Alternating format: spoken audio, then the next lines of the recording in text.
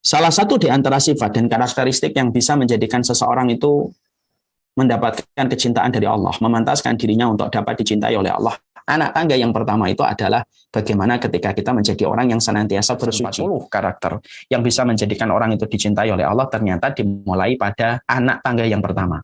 Ketika kita bersuci sesering mungkin pada setiap episode kehidupan kita. Bapak dan Ibu notaris muslim, Bapak dan Ibu, saya akan sampaikan sebuah riwayat dari Amr bin As.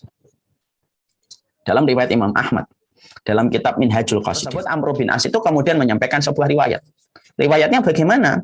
Yaitu adalah Rasulullah Shallallahu Alaihi Wasallam itu menyampaikan, manusia itu kalau tidur,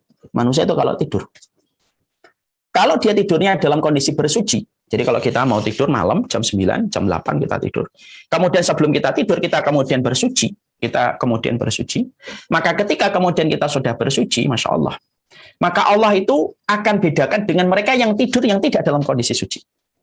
Karena setiap kita tidur di waktu malam, maka Allah akan kemudian jadikan setiap ruh kita itu mendekat kepada arsy-Nya Allah. Kata Rasulullah SAW. Mereka mendekat kepada arsy-Nya Allah dalam satu riwayat. Orang yang wudu, orang yang bersuci ketika sebelum tidur, mereka yang paling dekat bersujud dengan arsy-Nya Allah. Dan mereka yang tidak bersuci sebelum tidur, mereka jauh dari arsy-Nya Allah. Masya Allah ya. Dalam riwayat ini yang sahih dalam kitab Ibnu Qudamah Mukhtasar Minhajul Qasidin itu menyampaikan kepada kita, kalau ternyata kita tidur saja Allah bedakan mana yang suci dan mana yang tidak bersuci ketika tidur, padahal dalam kondisi tidak sadar, ternyata Allah istimewakan orang yang mereka tidurnya dalam kondisi bersuci dan Allah bedakan dengan mereka yang tidur yang tidak bersuci, apalagi ketika kita terjaga.